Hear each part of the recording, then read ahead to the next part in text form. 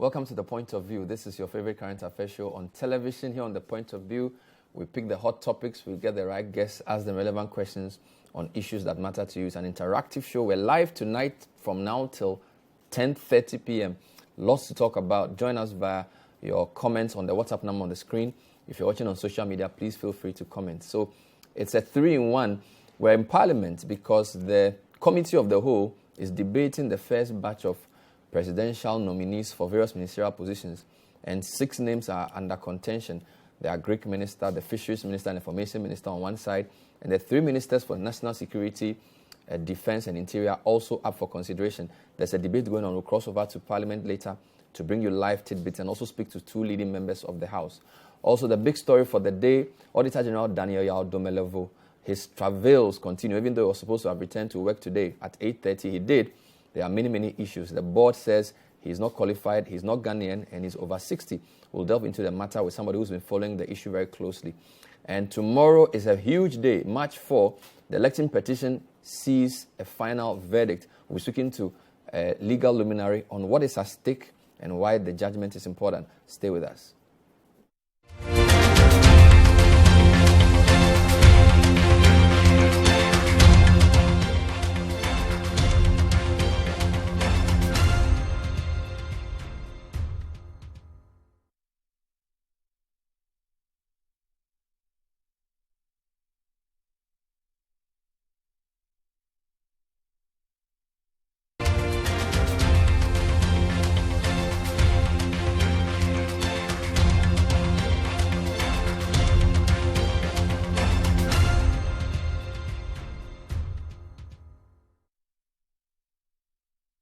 So it's been quite an eventful day in many parts of the country. So the big story has been the issue of Ghana's Auditor General. Initially asked to proceed on leave by the president.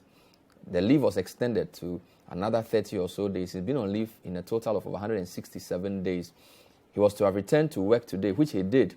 And there's been many issues. We've had correspondence, or we've had correspondence between him and his board chair over whether he is a Ghanaian or not, and whether he is within the age of working, or whether he's gone beyond retirement age. In fact, we have 4 letters here. First one dated 24th February, where the chairman of the Audit Service Board, Professor Eduardo Ajiman, wrote to Mr. Daniel Domelevo, inviting him for a special meeting to discuss issues in what he calls disparity of date of birth and place of birth.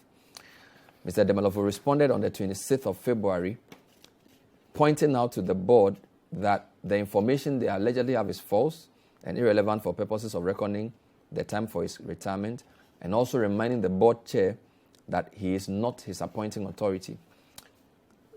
The board chair writes back to Mr. Domelevo on the same day, 26th February, and this is really a confidential letter that we have chanced upon, essentially pointing out what it calls disparities and anomalies in his personal records in the public service of Ghana. It's a 7-paragraph letter pointing out various alleged discrepancies. Mr. Domelevo on the next day, 27th February, responds to these disparities and anomalies in his personal records in a letter to Professor Eduardo Ajiman. And then, of course, his response is also captured in a 7-paragraph letter.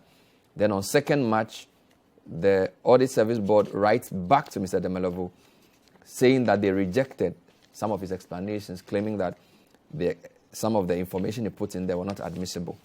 So we will deal with that as our first issue. I have on the line and via Zoom Professor Kweku Asare, who's with the University of Florida, but he's been following this quite closely. Now, there are many backgrounds to this. We know that there's been a number of cases where Mr. Domelevo disallowed and surcharged specific government officials for infractions in Ghana's laws. That matter was taken to court by the Occupy Ghana and successfully ruled in their favor. There's also a pending case of whether a president can remove or ask somebody who is a board chairman of an institution at the Auditor General's Department to proceed on leave. That matter has not been dispensed with here. Let me welcome Professor Kweku Asare, as we officially call him, to the discussion. Prof, thanks for joining us. Good evening.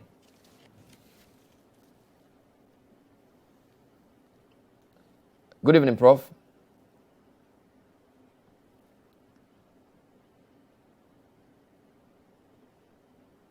We'll sort that out shortly. Later on, we'll be speaking to Justice Sai, who is a lecturer at the Ghana Institute of Management and Public Administration, on the election petition. So he will summarize for us the main issues and give us a sense of what's going to happen tomorrow, not in terms of prediction, but just explaining what is at stake so we can make better sense of the judgment. I'll cross over to Duke Mensah Opoku as well. He's live in Parliament. We are scheduled to speak to the Deputy Majority Leader, Alexander Apenyo-Makin, and also MP for Boku Central, Mahama Yariga. Both of them are within the throes of a serious debate on the floor as to whether the people who have been put before the Appointments Committee should pass or not. We understand there are issues with about 6 of them. We'll bring you the lowdown. Let me check if Professor Kweku Azar is with me. We're trying to sort his issues out. Now, while we are here, let me just read for you specific allegations that the Audit Service Board made against Mr. Domelevo, and then his responses as well. In the 26th February letter, the board chairman says it has come to the attention of the Audit Service Board that Mr. Domelevo's personal records show several disparities and anomalies as provided below. And then there are 7 things. Records at SNIT completed and signed by him indicate that his date of birth was 1st June 1960 when he joined the scheme on October 1, 1978. The records show that he stated his tribe as Togolese and the non-Ghanaian, that his hometown is a place called Agbetofe. And then, of course, there's also the 25th October 93, where he signed and completed a SNIT change of beneficiary nomination form, stating his date of birth as 1st June 1961 instead of 1st June 1960. And then they also, on paragraph 4, say that on October 25, 1993, he completed and signed a SNIT change of beneficiary nomination form, stating his nationality as a Ghanaian and his hometown as Adan in the Greater Accra region. Paragraphs 5 and 6 point out that on his Ghanaian passport, his date of birth is 1st June 1961. His first passport issued 28 February 1996. Place of birth, Kumasi, Ashanti region. And then on August 8, 2012, another Ghanaian passport showed date of birth 1st June 1961. But the board points out that there is no record or affidavit or any legal instrument in respect of his change of date of birth from 1st June 1960 to 1st June 1961. So are these legitimate claims by the board, or is this the latest in a series of witch hunts because Mr. Domelevo dared to take on the system? Let's show you briefly a summary of where we are with this matter in this short clip. I will not make any public statement. I will not also comment on any issues, but it will be a disrespect to you people to just look at you and ignore you. So once again, thank you very much for showing concern and for coming. Thank you. All right, so we're having some technical issues with our connection. We'll bring our guest on shortly. But we are also told that there's a response. So let me just read some of the responses Mr. Domelevo gave for the claims against him. Then I'll come to my guest shortly. Now, in the 27th February letter of Mr. Domelevo, he gave 7 paragraphs of a response to the 7 accusations I read. First one being that his grandfather belonged to the Boido family house, which is part of a place called the Dangbe Biawe clan, and that he's a native of Adan in the Greater Accra region, who migrated in Togo and stayed at a place called Agbatofe. His late father, Augustine Domelevo, migrated from Togo to the then Gold Coast, stayed in several towns and villages before settling in Kwewu Adiemra. So he says either his father wrongly mentioned Agbatofe in Togo as his hometown to him, or he misconstrued it at the time. He also says his mother is Ghanaian, and according to your letter, I stated my tribe as Togolese. If so, then there is certainly a mistake, because Togolese is not and has never been the name of a tribe. And then he also makes some explanations in regards to his 1960 birth of date, and basically said it was a mistake which he noticed with his baptismal register in the Catholic Church at Adiemra. And then he also says his passports and birth certificate bear the correct date of birth, 1st June 1961, and that if the affidavit of legal instruments was a requirement, then he's sure He provided them. Otherwise, SNIT would not have affected the changes or affected the changes. And then with regards to place of birth, he was born in Kumasi, and his mother, in less than 3 weeks after his birth, returned to Kuruwa Diemra, and he was baptized in June 1961. And then he points out that per Article 71B and 189 of the Constitution, the Audit Service Board is not and cannot be the appointing authority of the Auditor General. So basically, Mr. Domelevo does not agree with the board. Let me try and see if I have Kwekwasa on the line. We're having some difficulties with him, but Professor Kwekwasa, if you can hear me, good evening. Good evening. Prof, good evening. Can you hear me? Yes. Good evening, Bernard. How are you? I'm very well, thank you. What do you, how do you see this whole Domelevo saga? The latest, of course, being this pieces I just read on air about his nationality and his date of birth. I know you've been following this much earlier. How did we get here? Well, thank you so much, Bernard, for having me. It feels like I've been gone from Ghana for so long. It's so good to talk to you and indirectly talk to your audience and all my friends back home. Now, with respect to this matter, my position and thinking have not changed since it happened a year ago. At that point, I thought the critical issue was that we're faced with a constitutional crisis where the president was basically interfering with the work of an independent constitutional officer. And so I thought it was an issue that only the Supreme Court could resolve. And pursuant to that, I filed an application, I filed a writ. Immediately around that time, I asked for an injunction, which was, denied. And then I even invited the court to come up from their vacation and resolve the matter because it was very critical. But of course, nobody paid too much attention to what I was saying. And I regret to say, even as at now, so many days after, the Supreme Court has not found it important enough to resolve. And as long as they've not found it important enough to resolve, then to me, they have taken sides, because when one person asks another constitutional officer to go on leave and a constitutional crisis is created, you cannot just say you are not going to sit on the matter, because not sitting on the matter amounts to taking the side of the person who has asked another to go on leave. And recently, there has been the issue of whether or not people criticize the court, and if they do, whether they go beyond the permissible borders of criticisms.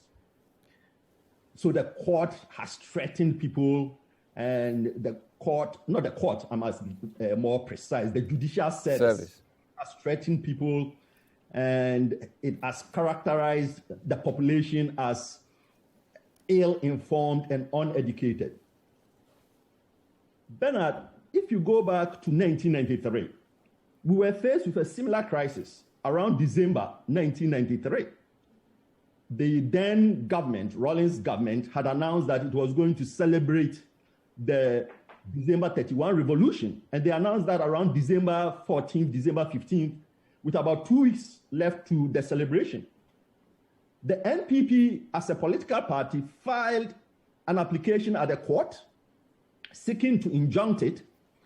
The court, within 2 or 3 days, said, look, we are not going to injunct it, because to injunct means to take sides, but we want you guys to file all your arguments and do that before December 27th. We'll give you a judgment on December 29th. That, to me, is a court that is paying attention to the details. The court that appreciates its role as the body that has been charged with enforcing the Constitution, where a constitutional officer has been sent on an involuntary leave for 167 days, and to me, the Supreme Court fails to act, that is a big problem. And if you do that, you can issue all the warnings you want to people. They are not going to they're not going to have a very high opinion of what the court process is all about. So even though it is interesting to talk about citizenship and age and involuntary leave and all of that, in the penumbra of all this is the question: what is the meaning of Article 187.7? That's what it comes down to. When Article 187.7 says, in the performance of its functions, the Auditor General is not subject to the control of anyone, what does it mean? Could it very well mean that he's subject to the control of the board of the audit service? Could it very well mean that the president can send him on an involuntary leave, thereby preventing him from performing his function for almost 8 months? These are the issues that are important. Now, when yesterday you sent something on your wall that the Auditor General is coming back and so on and so forth, I told you, Bernard, don't be too sure. Yes. Because as far back as a year ago, I told people this is constructive dismissal, and this Auditor General is not going to come back. There's going to be an involuntary leave, and when it's time for him to come out, something else will come out. Now it's citizenship and age. Even if we're able to scale those two issues, another issue will come out. Maybe he stole some plantain when he was in school, or he did something. The matters would keep coming up until everybody gets fed up, and then the Auditor General just gives up. So Prof, let me ask you, is all this because of his temerity to disallow and set charge? Is this the issue, the fact that he appears to be acting without recourse? Because, for example, when they were vetting the Minister for National Security, who is a chartered accountant, the first question he was asked was whether it was right for the Auditor General to proceed to do a disallowance and a surcharge without recourse to the Parliamentary Public Accounts Committee. And he said to them, he thought that was an undermining of Parliament in a way. So he disagreed with some Supreme Court judgment. So is this all because the man appears to want to perform his function independent of either the Parliament itself or any other institution? It could be that, and it could even be more. What we know for sure is that people at the presidency have done some calculus, and they figured out that, look, if we hound this guy out of office, we are going to suffer some reputational damage. But whatever reputational damage that we are going to suffer is not as important as whatever he's going to stop us from doing when he's there in the office. So it's a calculus. It's an economic calculus. What is the cost? There's obviously the cost of hounding him out of office, but then there's also the benefit of hounding him out of office. So most rational people, and I'm going to assume the presidency is acting like rational agents, they have calculated that the benefits to them from hounding this guy out of office exceed whatever the cost is, even if it means traversing the Constitution, even if it means getting people like me to say, hey, why are you doing that? They've calculated that. And that, to me, is the bigger picture, that the presidency has done this calculation and they believe it's in their interest to do that. Now, the Constitution, as I was saying, itself is keenly aware that agents will be doing this type of calculus. And that's why it inserts the Supreme Court, and that's why it seizes the court with the power of judicial review to ensure that the branches and the constitutional organs are not stepping on each other.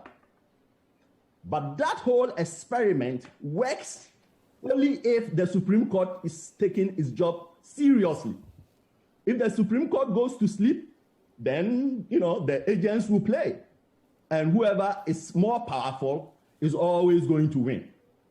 So to come back to your details of the age and the citizenship and all that, my guess is all of that provides the basis for the president to say, look, Mr. Auditor General, based on records available to me, you retired on June 1, 2020. So thank you for serving the country. Bye-bye. But so you're saying that if the Article 187 matter is not resolved by the Supreme Court, we will be none the wiser. This issue of the performance of the functions under the Constitution of the Auditor General not being subject to the direction or control of any other person or authority, whether those powers are circumscribed or restricted, or whether they are actually powers that this is the gravamen of the whole situation that the Supreme Court can resolve for us. This is what you're saying. They not only can, they should have resolved it long ago. By not resolving it, today, whatever they say will be only of interest to academics because the harm has already been done. That's why timely resolution of issues is important. And that's why I cited the December 31 case. Because if the December 31 judgment had come after the celebrations, it would just have been an academic judgment. People will read it, but nobody would put much value on it. So the Supreme Court, I have a case there. I don't know whether I'm supposed to talk about it or not, and whether talking about it is contemptuous. If it is, so be it. If it's not, so be it. But my point is, when people knock on the doors of the Supreme Court, they are supposed to read what people are saying and make a judgment of what type of issues need to be prioritized. Because some issues are time sensitive. And if you don't resolve them within a time frame, the answer that you give later is not very interesting. It's not very useful. It's not very helpful. In that case, at least in my own opinion, I would say you are not really handling the dispute as efficiently as you should. Another example which we've spoken about was our election petitions. The last one took 8 months, and you can see that created all kinds of problems, and now we resolved that it should be 42 days or less. That is even not good enough. In my mind, we should have elections in October, so that if there are any disputes, the disputes will be settled before a president is sworn in. It is not proper for us to swear a president in and then go to court to determine whether or not that person that the court, members of the court have sworn in, was or was not validly elected. So these are some of the details that we must do. Now, we must heal because we cannot continue fighting. To me, I consider this as water under the bridge. What if the president or somebody at the presidency calls the board to order, either by dissolving it or impressing upon it to stop what it's doing to allow Mr. Domelevo to see out the rest of his tenure? Will that redeem their image in any way at all? Bernard, there's a saying, I'm going to translate it loosely in English. If they would have added more to your plate, they would have started with a full plate. In Chi, they say, Yebesi uswa, enke yeshaoma. I mean, this thing didn't happen just yesterday. The board has been doing all kinds of things. And anytime the board does something, we know what the presidency says. In a sense, it's almost like there's coordination. Because mind you, the board members, 3 of them, are appointed by the president. That is an audit. Because the Auditor General is supposed to be auditing the presidency and other executive agencies. Now, you can't have the auditee, in this case, the person being audited, the presidency, the agencies, the president whose agencies are being audited has constituted a board and sent 3 members there to the board. And that board claims they exercise oversight over the work done by the Auditor General. That would be a very strange way of setting up an independent office. Nobody will set up an independent office that way. And that's why I'm saying, unless the Supreme Court steps in, then the whole Auditor General office is meaningless, because you have an Auditor General who is controlled by staff as appointed or nominated by the presidency to audit the presidency.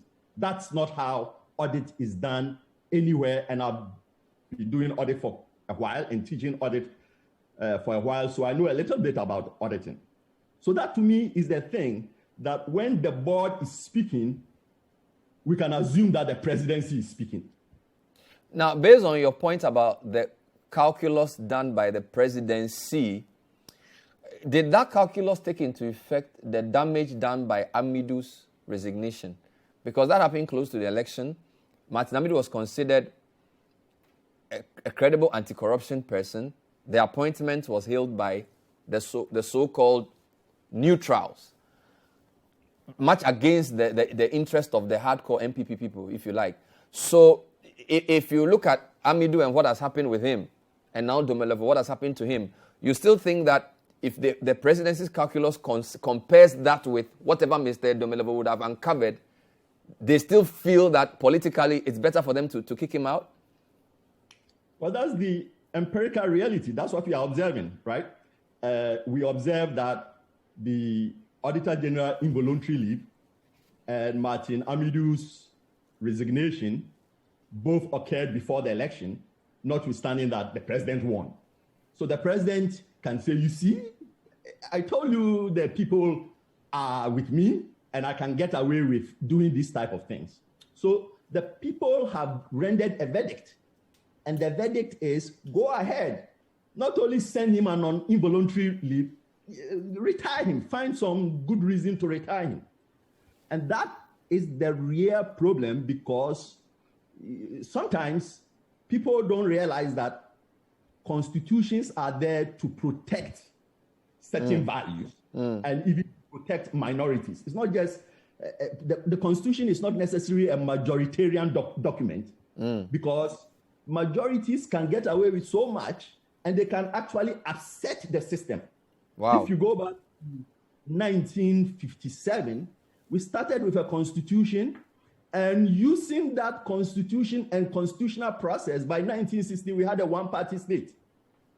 All of that, all of the processes leading to one-party state, one could argue were, done validly using legal means or parliamentary means. But it got us to where we did not want to get to.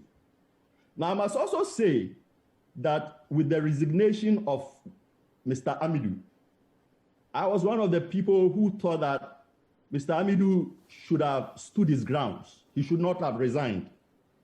But in hindsight, with everything that has happened around Domelevo, I think I was wrong.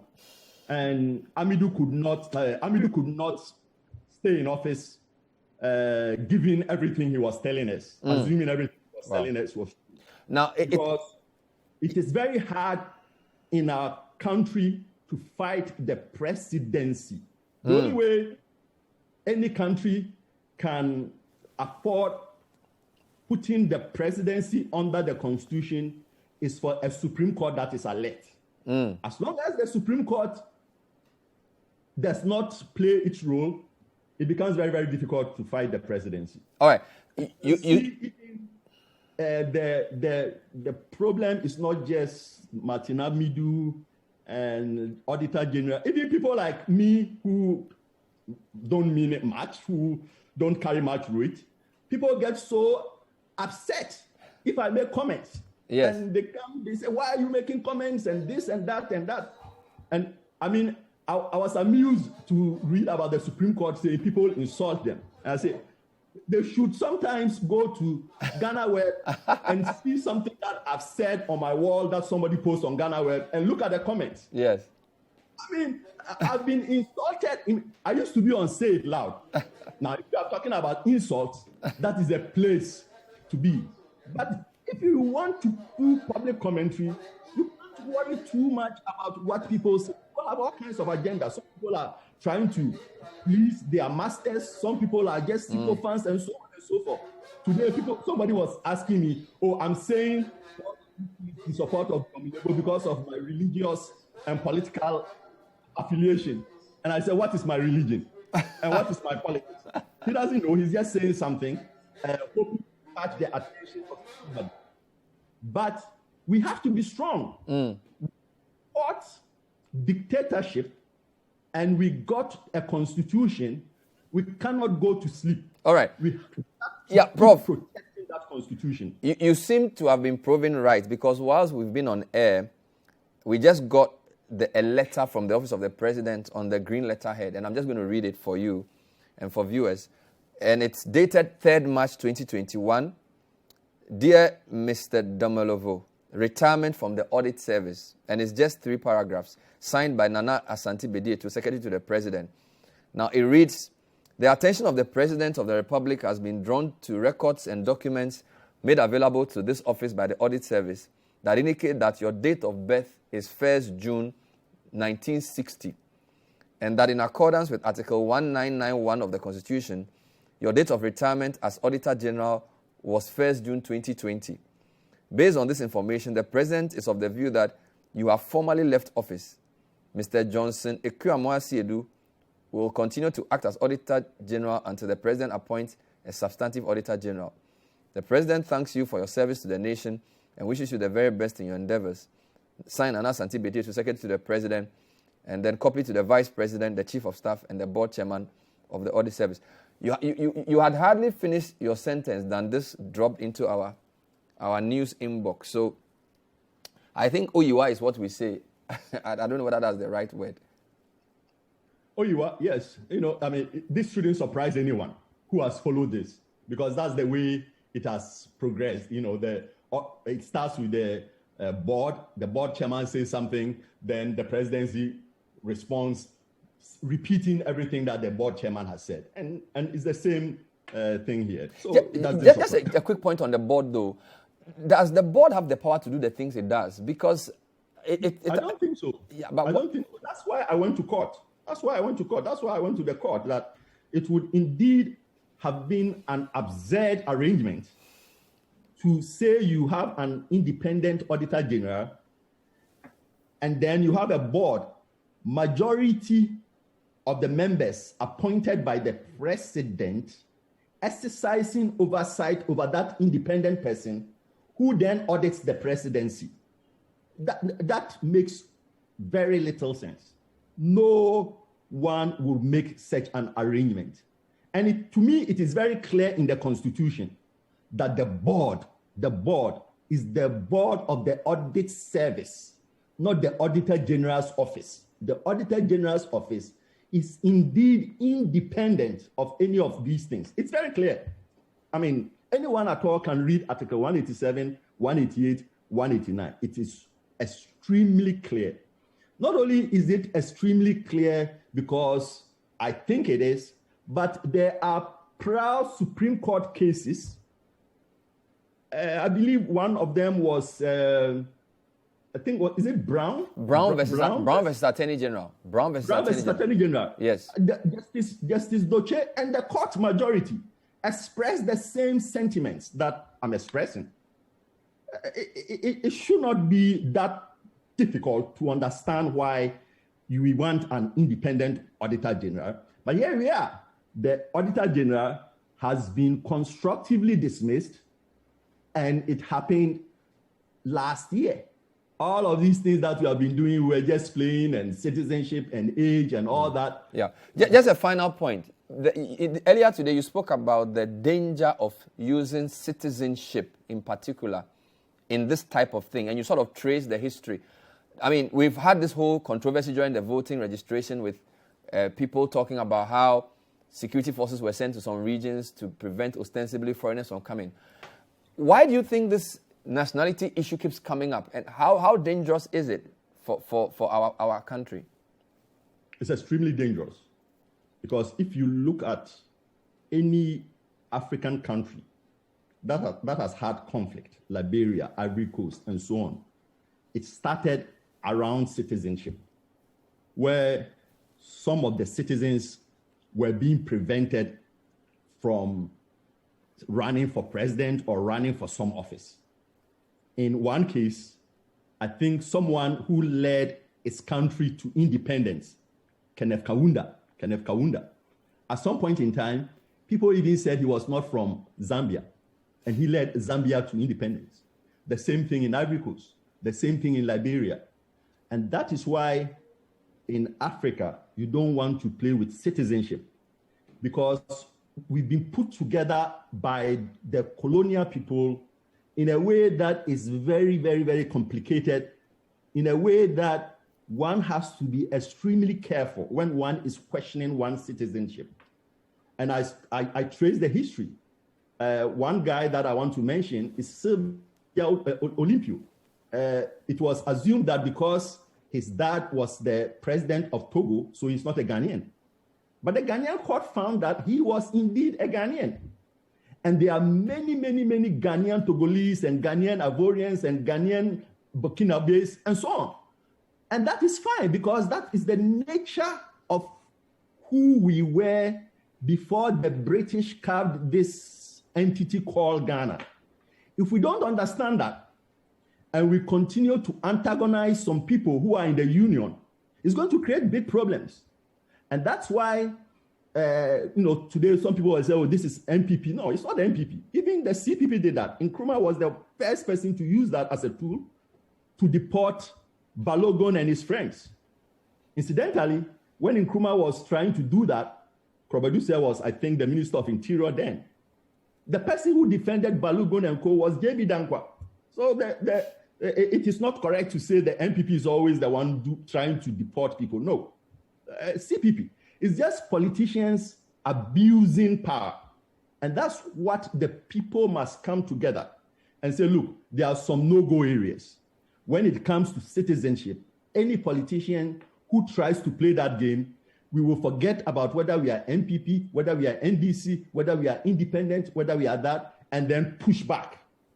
The court itself should allow, or jurisprudence should be allowed, where civil liabilities could be imposed on people who challenge wrongfully other people's citizenship, because it violates their civil rights to question whether or not they are Ghanaians. And I don't want to push it, but it goes to even this whole notion of dual citizens. The way we treat dual citizens, we treat dual citizens as fractional citizens, as if they are just half Ghanaians. But there's no such thing as a half Ghanaian. We are all full Ghanaians.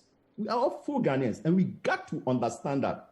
So I was extremely shocked when the Audit Service Board, who, by the way, one of the problems they have is that the chairman of the Audit Service Board himself is a former Auditor General.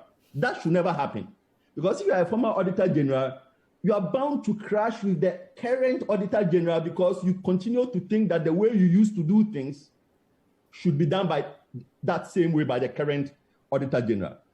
But the point I was making was the board was completely out of order when it introduced citizenship, having stated that the person's mother was a Ghanaian, the person's grandfather was a Ghanaian who migrated to Togo and then had children who came back to Ghana.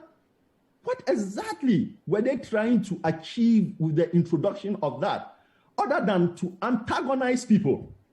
I mean, it was so improper that I expected the president to actually have come out and send a signal that, no, I'm not going to indulge in this type of things. And any one of my appointees, whether as a minister, as a board member, as whatever, who tries to play the citizenship card, the very next day he's out of my administration. You've got to send a signal that there are no-go areas. If we don't do that, there will be a time when you pressure people too much, you lead them to do things that they would not ordinarily do. And when they explode, people are going to remember the explosion. Okay. Unfortunately, people will forget all the little things that led to the ultimate explosion. It's a no-go area. We should never do that again. Thank you, Prof. Always a pleasure talking to you. Hope to see you soon. That was Professor Kweku Asare from the University of Florida with some insights into the Domelevo matter. This is the point of view. It's a 3-in-1. We're going till 10:30. Later, when I come back, I'm talking to Justice Sai. He is a lecturer at the Ghana Institute of Management and Public Administration, law lecturer. So tomorrow is the big case. He will break down the key issues at stake. What really is the petitioner saying? What are the two respondents trying to say? And what should we expect? And then we'll also cross over to Parliament because there's a massive debate going on. The president's nominees, 6 of them may face difficulty. Initially, we were told information, agric and fisheries. Now we are told national security, interior, and defense. And the minority is also making some comments. It may all come down to a vote. Duke Mensah-Opoku is there. We'll cross over there as well. This is the point of view. Don't go away.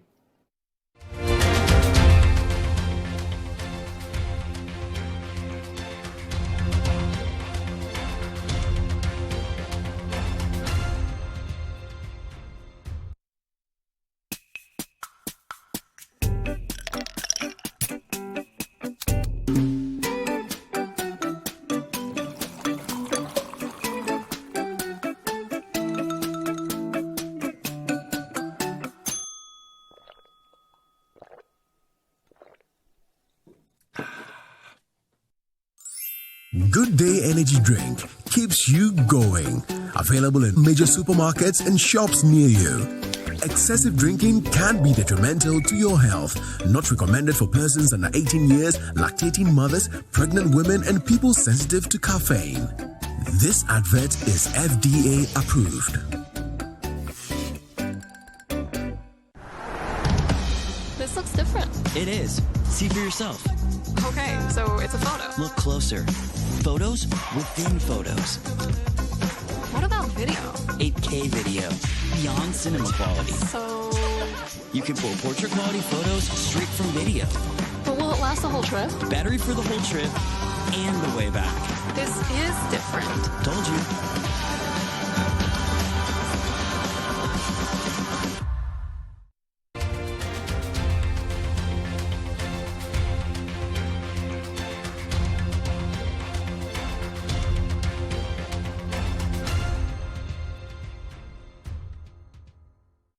Welcome back. This is The Point of View. It's a 3-in-1 show. We just finished talking to Professor Kweku Asare on the latest with the Domelevo. In fact, whilst we were on air with him, we got notice of a letter written on behalf of the president that the Auditor General should resign, essentially, or he has retired. Forgive me, he has retired.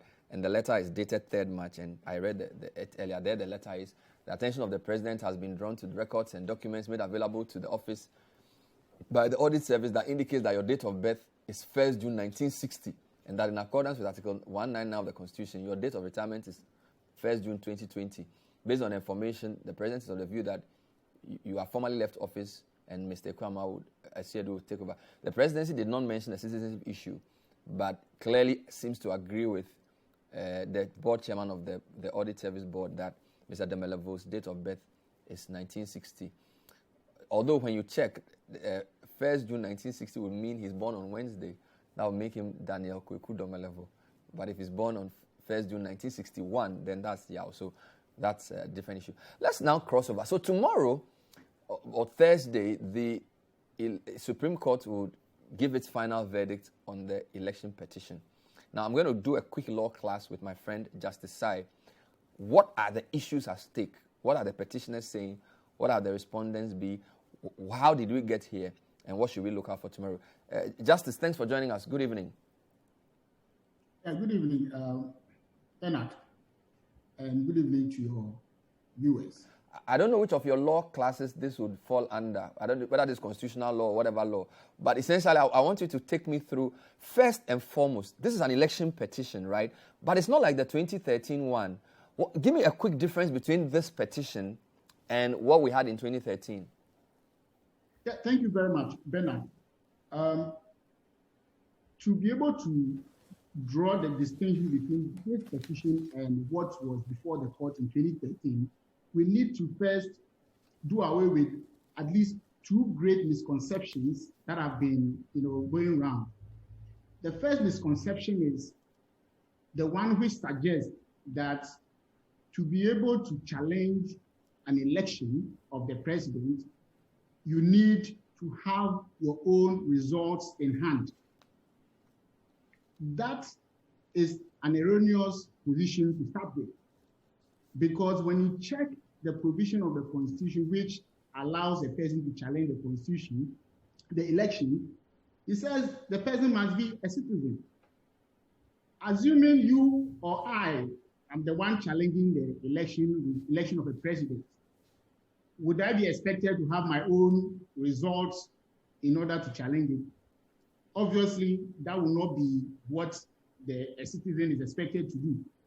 So that is the first one. So all the questions that have been flying around about where are your own figures, to be honest with you, from where I sit or from the constitutional point of view, that clearly is erroneous. Now, the second mistake that has also been flying around derives from the first one, and that is about the assumption that to challenge an election, you necessarily must challenge numbers, or that an election petition must necessarily be about quantity or numerical. That is wrong, because when we look at what an election is basically a regulated exercise. It's heavily regulated. So from the first point of even opening a register, election register, up to the point of declaring the results, there are step-by-step rules of law. Some of them are found in the Constitution, others are found in Acts of Parliament, others are found in CIs, and others are found from practice. This is the body, a huge reserve of rules that regulate election. So to assume that the only way you can find a breach of any of these rules is when it is numerical, that is also wrong. And the courts all over the world, election petitions are not, it's not a Ghanaian thing. It's been even, every country has had it because it comes with democracy.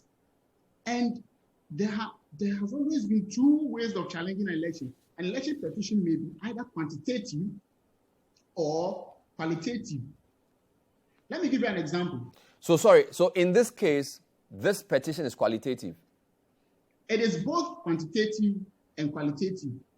But the impression that has been created around is that an election petition must be quantitative. What we saw in 2013 is purely a quantitative challenge to the election, because what were they saying?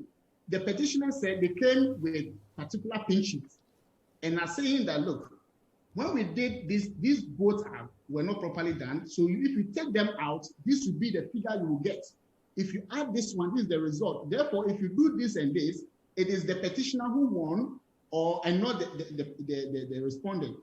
But in this case, you would see, if you study the petition very carefully, you would see that there is an allegation of both qualitative and quantitative, violations of law.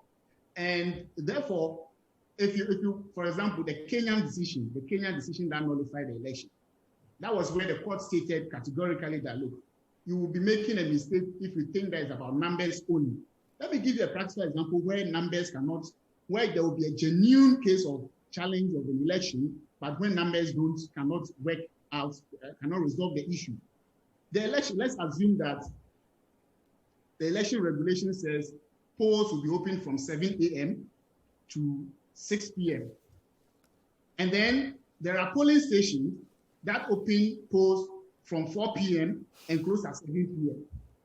If you're going to challenge this election as invalid, are you going to say, bring your pink sheet? Are you going to say, bring your numbers? How are you going to challenge it? You need to challenge the time of conduct of the election, and that has nothing to do with numbers. And there have been plethora of decisions of elections that have been challenged on some of these grounds. So having clearly, attempted to draw the distinction, now let me come to the issues that are at stake in this election petition. One, The petitioners are asking the court to declare the results that were announced by the Electoral Commission void. They are doing so because, according to them, the declaration violates a provision of the Constitution. That relief has nothing to do really with the numbers. And let me explain why. There are procedures that are established for collating results. And you can find them in the CI 127. It clearly states who and who are supposed to be present. It states how the collation is supposed to be done from from constituency to regional and then to national. And when it comes to the national, there are detailed steps that are supposed to be followed while the declaration is done. So, for example, if you listen to Mr. McMahon, I think he was having an interview, I don't know if it's with you or another station, but he made it clear that, so the interviewer asked him, why have you left the collation center? And his answer was emphatic that collation centers, you can always leave, because at any point in time, if there is a collation, so if there's a collation to be done, they'll make sure that all the parties are there, then they do the collation. So for the 2 or 3 days that the collation, the people will be in the strong room, they are not supposed to be working every minute of the time. So for example, you can actually step out of a collation room and go and grant an interview as he did. And when there is a collation to be done, it's a matter of calling him back into the room to do the collation. And then when they finish that collation, they go and everybody goes on break. And so the impression that you need to be present in the collation room 247 until the process is concluded is not happening. So now back to the first relief. The relief is saying that, and this is what the petitioners are saying. They are saying that, look, the Constitution says you should announce a result, and when you announce the result, it should be the person who wins the election should have 50% or more of the vote count. The Electoral Commissioner made, in declaring the results, made some assumptions. Okay, they made some assumptions, and the assumptions were that if you add this to this, you will get this result. Those assumptions could either be confirmed or refuted by the actual results. When that happens, what the Electoral Commissioner or what the Electoral Commission needs to do is to do an actual collation, because the first declaration was based on assumptions. If the assumption is false, you need to do a proper collation to be able to declare the actual result. It may be that the actual result actually follows, confirms the conclusion. So let me get this straight, Justice. You're saying that in the first relief, there are 2 problems, according to the petitioner.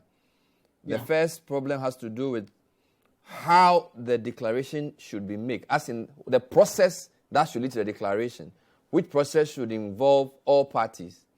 Precisely. The petitioner is saying that all parties were not there when that final collation was being done. And number 2, certain statements in the declaration were found to later not be true. Precisely. These are clearly the 2. So these are the 2 issues in terms of the first relief. The first relief. And what I'm saying is that if the assumption is found to be refuted, the law provides a process of coming to the actual results when all the results are out.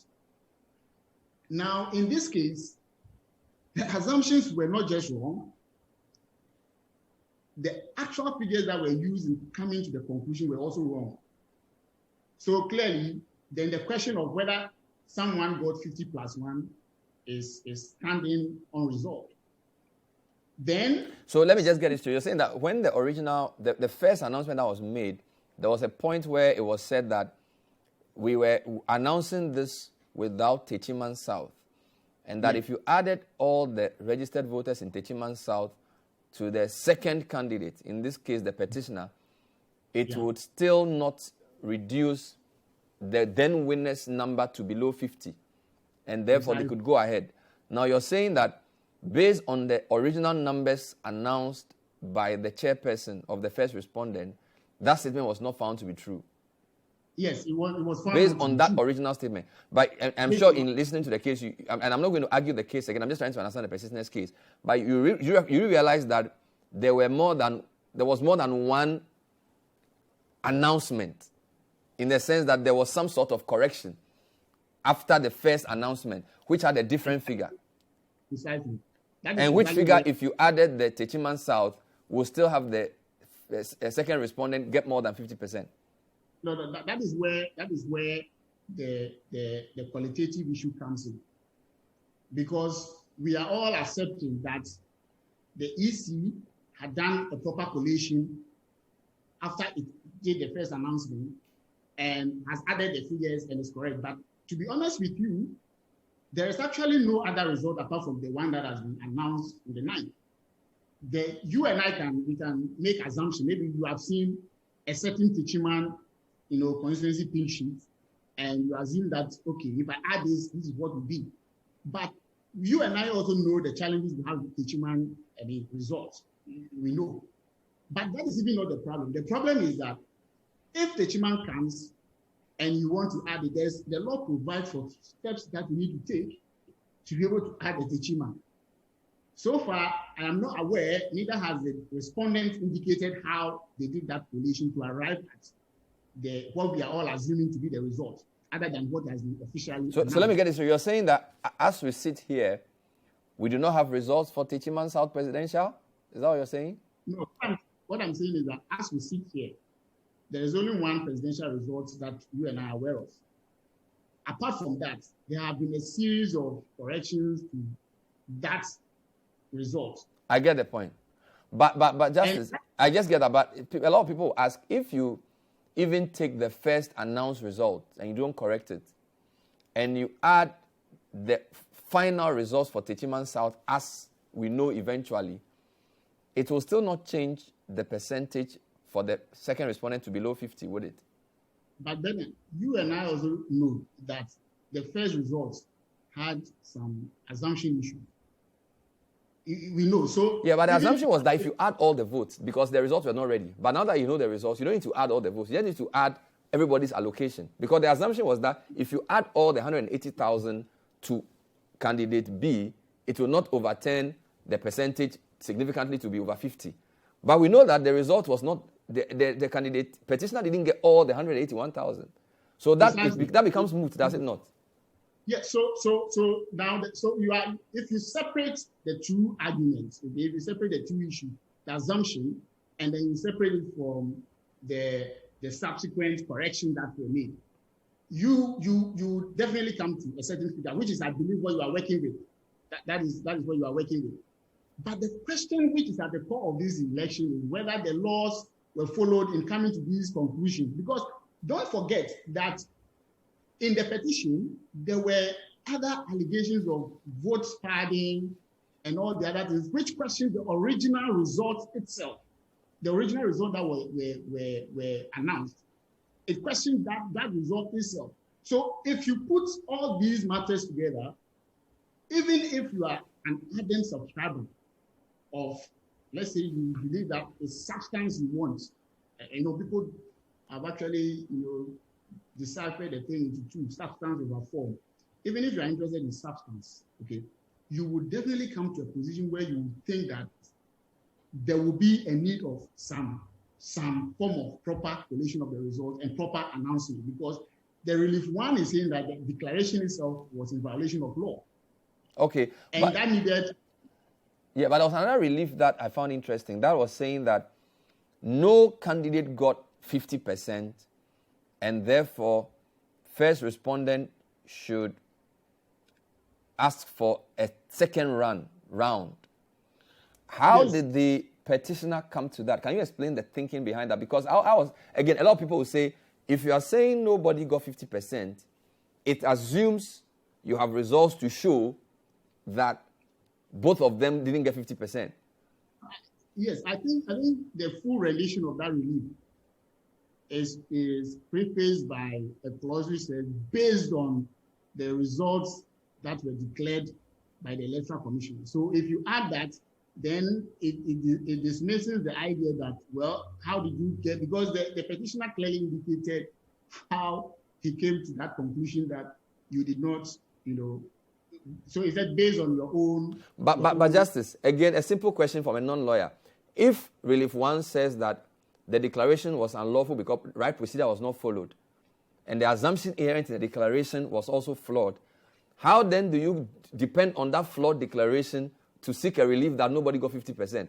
If the result is flawed, you can't base anything on that relief and say, let's now declare that nobody won. Because the result itself, according to the petitioner, was unlawful. In terms of, the declaration was unlawful. If the declaration was unlawful, it means that the result announced is invalid. If the result announced is invalid, how then do you say we should use that same invalid result to declare that nobody got 50%? Yeah, so at law, there is something called alternative arguments. Something called what? Alternative arguments. Okay. So it's like saying, assuming without admitting that you even said the results that were announced were valid, it shows that no one actually got 50 plus 1.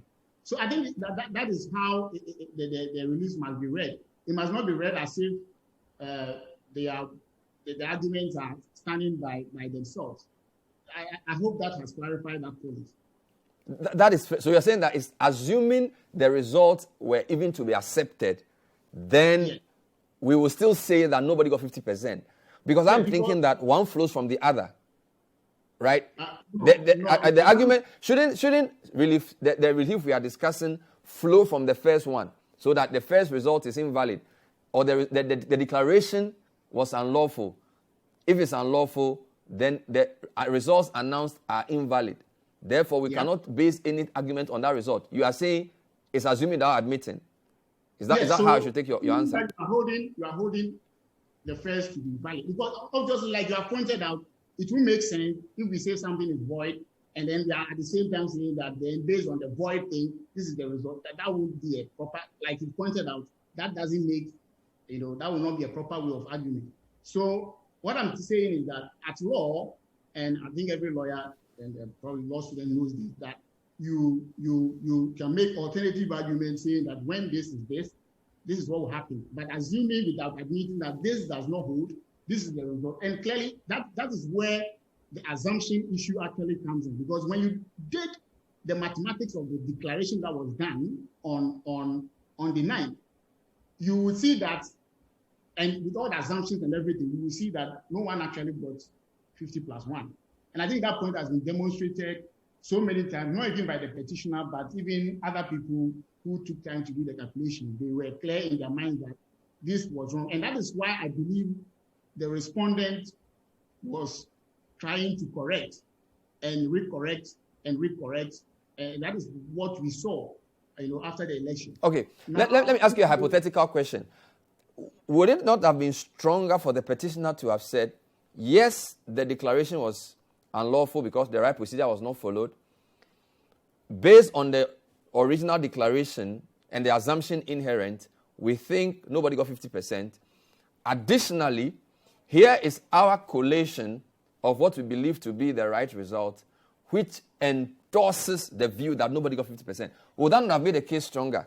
Other than saying that, well, it's not our duty to declare results, but we are saying that the process was not followed, the declaration was flawed, the assumption was wrong, and therefore the result is not what it is.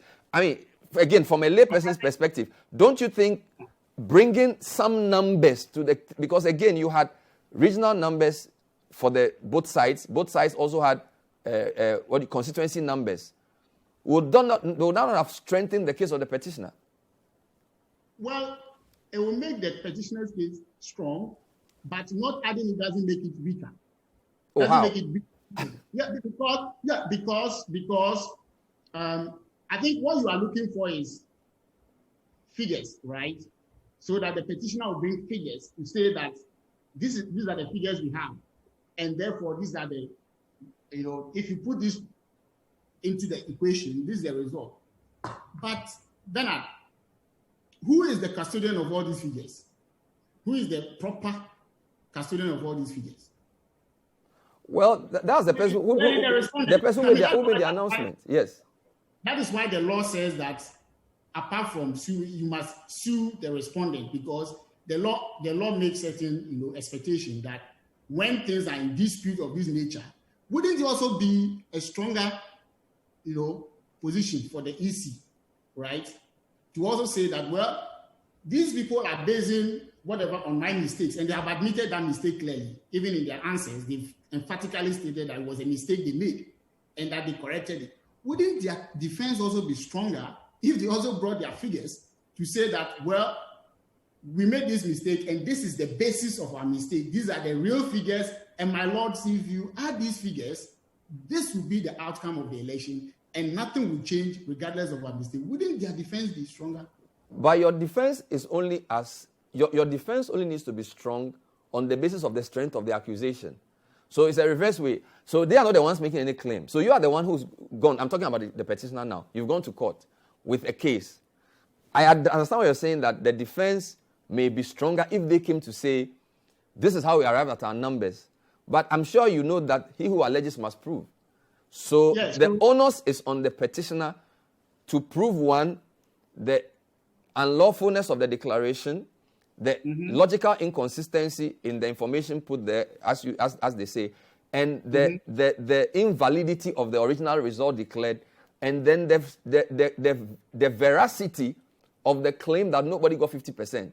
And I'm saying that the veracity of that claim does not have to depend on the respondent's announcement alone. It could depend on other things. Yeah, Bernard, I believe you follow the proceedings Closely. Yeah, and are you in any way suggesting that it was not proven first that the result that was announced on the 9th had issue and had been corrected? Was it not proven? That was clear. It was admitted. But what the other point, though, was that when the witness for the petitioner was cross-examined, he was asked which result he was working with, and he said he wasn't really sure, or because there were so many results. You remember he said that? Let's exhaust the first point. You were trying to say that the petitioner has not been able to prove its cases, its allegations. And I didn't say that. I didn't say. I said no. I said that. No, I didn't say that. You said that if the respondent had come to explain with how they arrive at their figures, that would have strengthened their defense. And I said your defense only needs to be strong as the strength of the allegation against you. Yeah.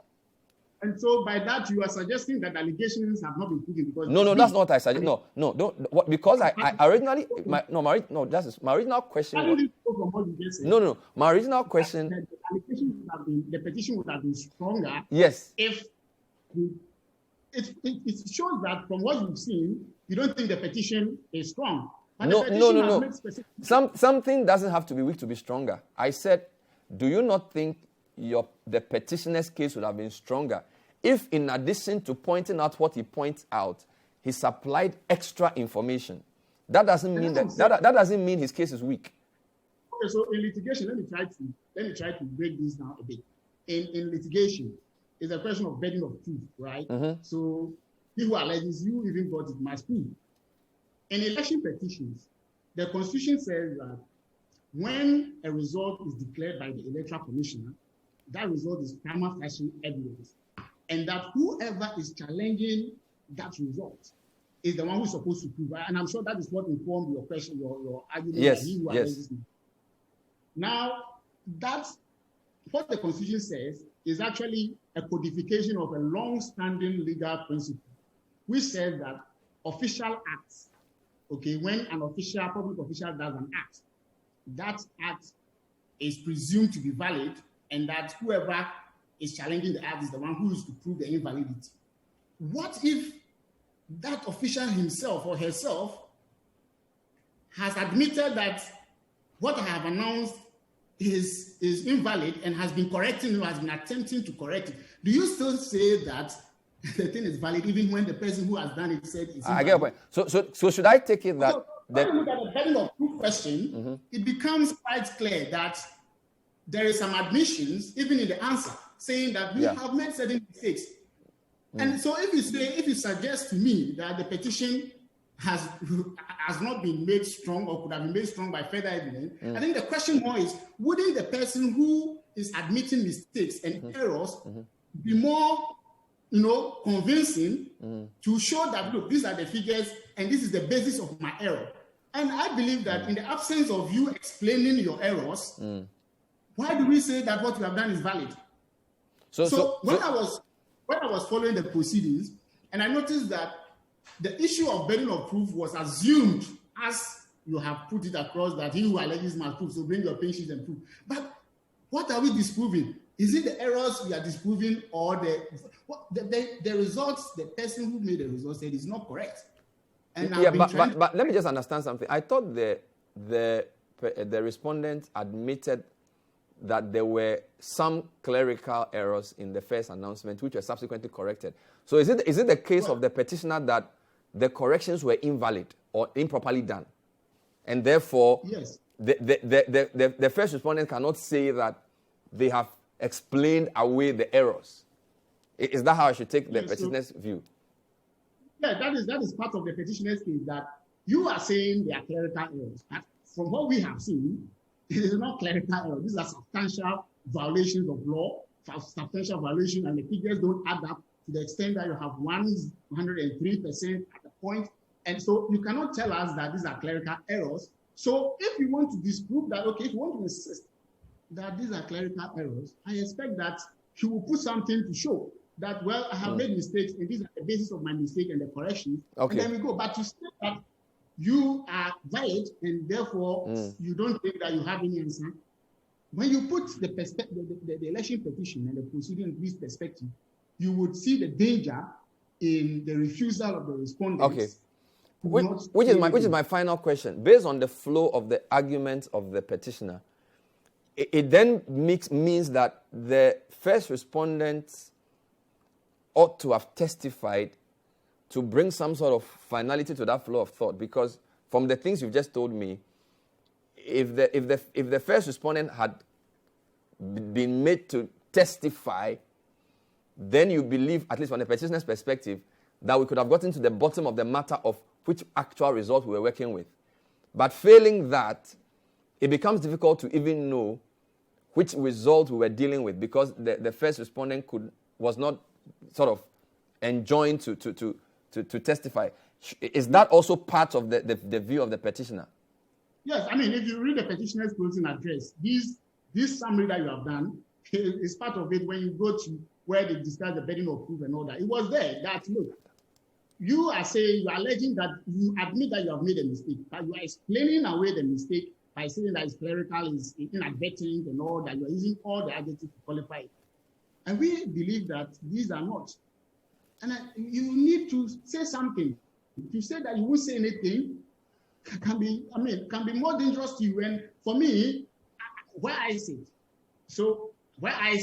I think it's a dangerous decision not to say anything.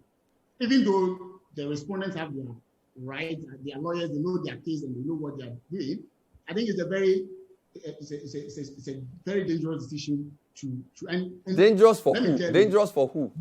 For the first respondent or for the case? I mean, for the respondents, because look, Bernard, we are practitioners, okay?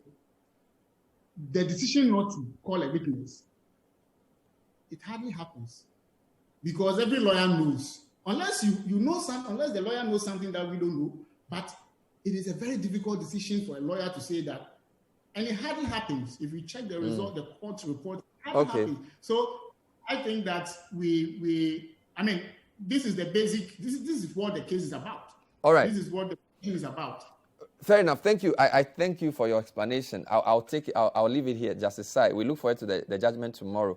Thank you. When I come back, I will go to Parliament, because the original plan was to speak to 2 members of Parliament, but they are caught in the midst of a debate. Obiamo is on the floor talking. I'm going to cross over to Parliament for the last quarter of an hour, 15 minutes, to see what's going on there. Hopefully talk to Duke Mensah Opoku. Will the 6 go through? Who will go through? Who will not go through? We'll find out here on The Point of View. Stay with us.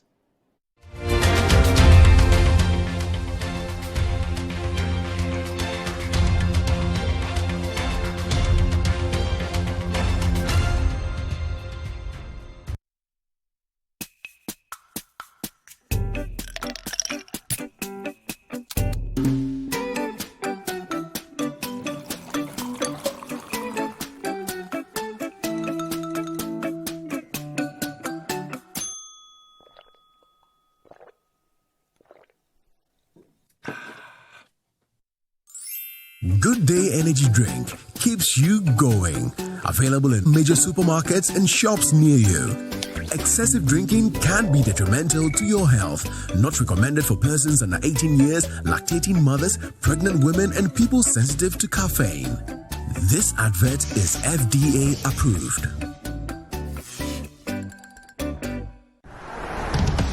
This looks different. It is. See for yourself. Okay, so it's a photo. Look closer. Photos within photos. What about video? 8K video. Beyond cinema quality. So, You can pull portrait quality photos straight from video. but will it last the whole trip? Battery for the whole trip and the way back. This is different. Told you.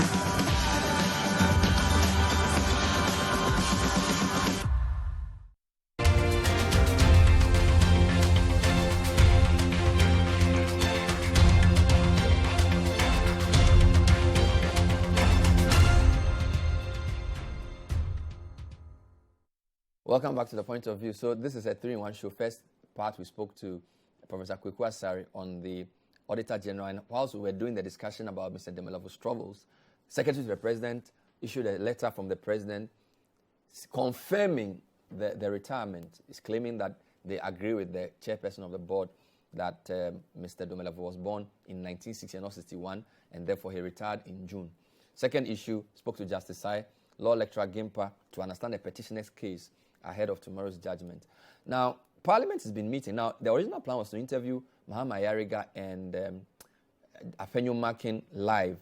Now, it turns out that there was a major issue. So the committee for appointments had presented a report to Parliament, and there were two issues. The minority said because all members had not seen the report, they couldn't debate it tonight. They were hoping that the debate would be done tomorrow morning. The majority said no, to the extent that there are members of both sides on the committee. Everybody oughtn't not to have seen the report for the debate to happen, so they can start the debate tonight. They did a voice vote. The speaker said he couldn't tell which side won, and so the matter was sent to a vote by head count.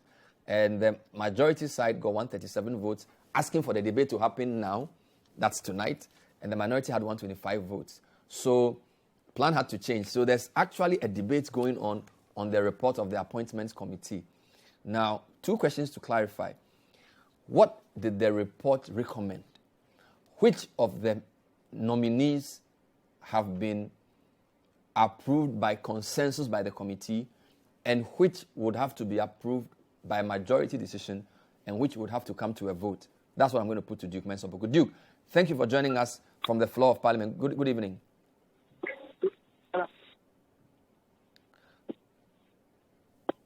Okay, Duke. Hello. Yes, I can hear you. What is going on as we speak in Parliament? As we speak, interestingly, one of Alexander Afenyo-Markin, the Deputy Majority Leader, contributed today on the report. First report of appointment committee on the Parliament.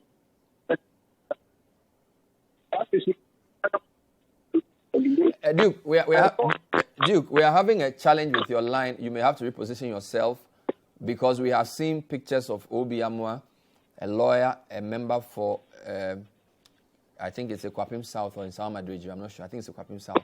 He's on the floor. Yes, Duke, it's better now. Can you start again? Yes, I speak. Afenyo-Markin is that and report for their first report of their on the list of the president. Now that report sent consensus and we recommend 3 by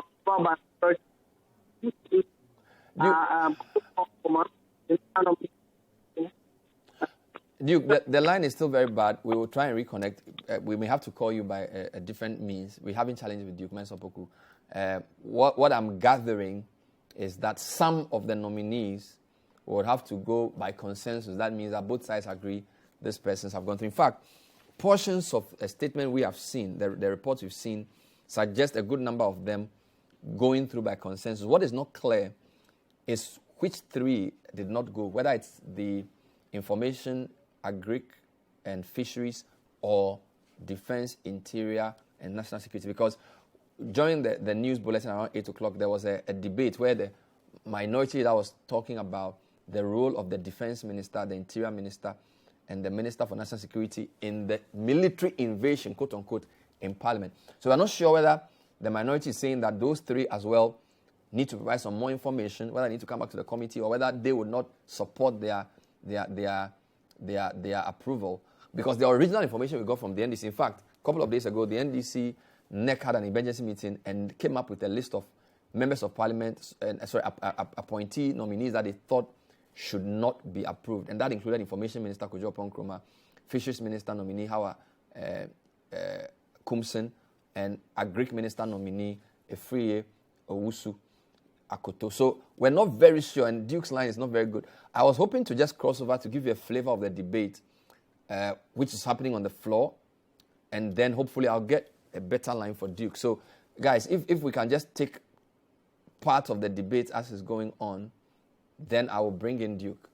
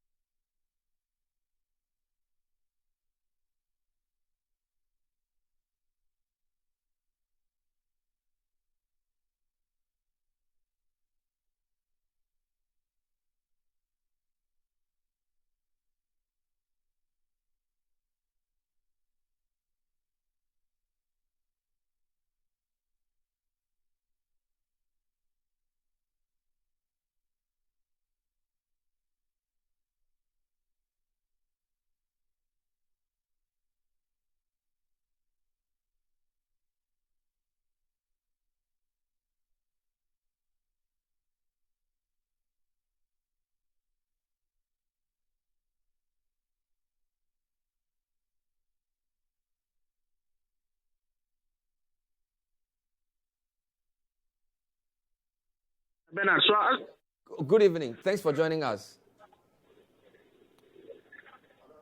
Honorable Ayaga, good evening. Thanks for joining us on A Point of View. Hello?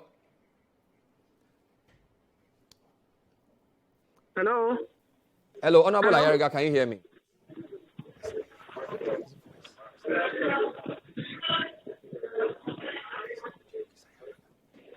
Hello?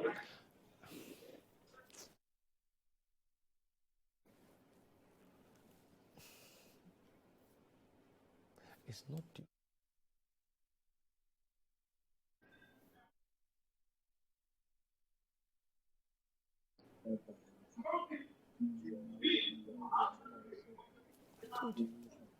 Honorable Ayaga, good evening. Can you hear me? Yeah, I can hear you.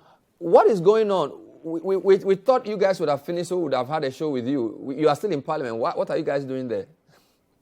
We are now debating the report on the nominees. So we have 5 people on each side speaking.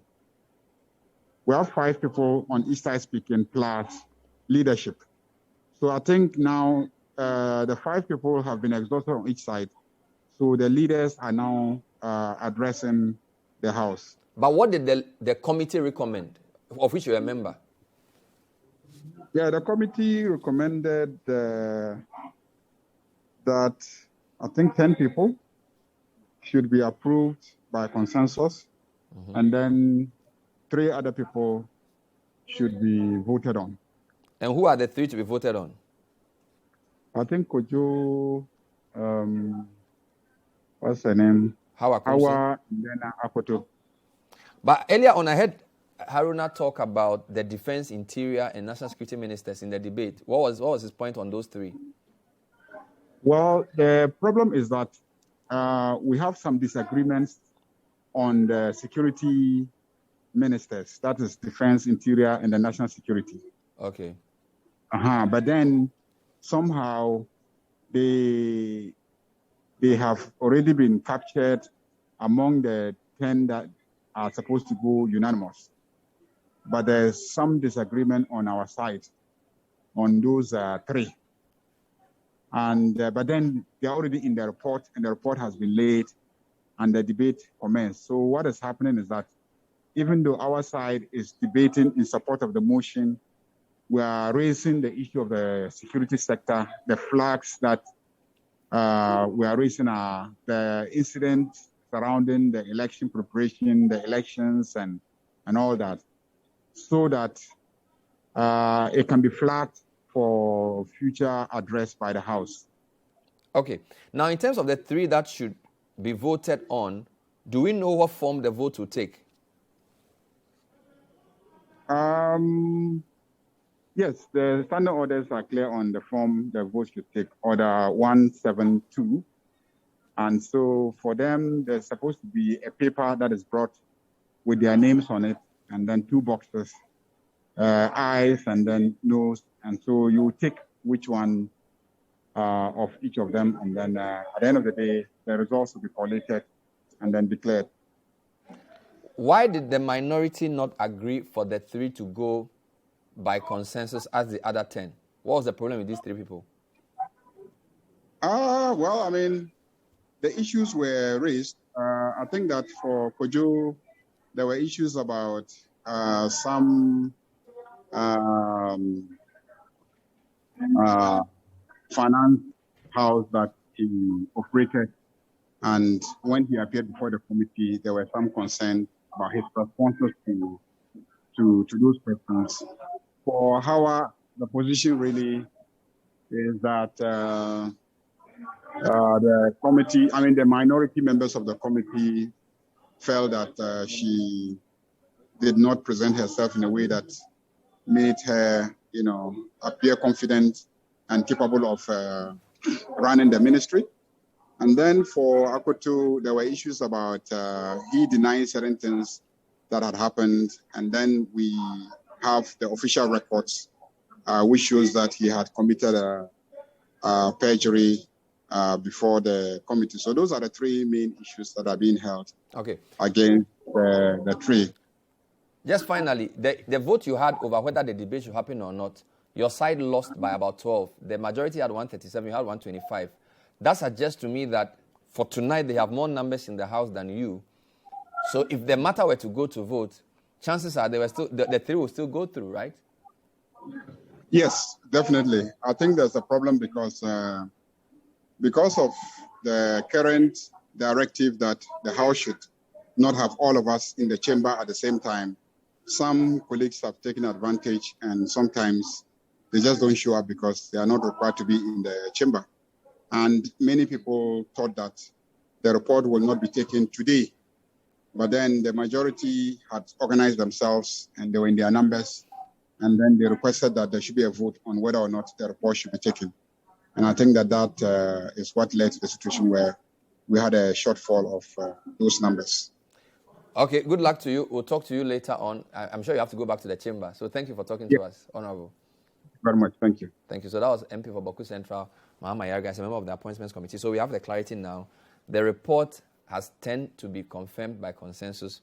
Fisheries, agriculture, and information will go to vote.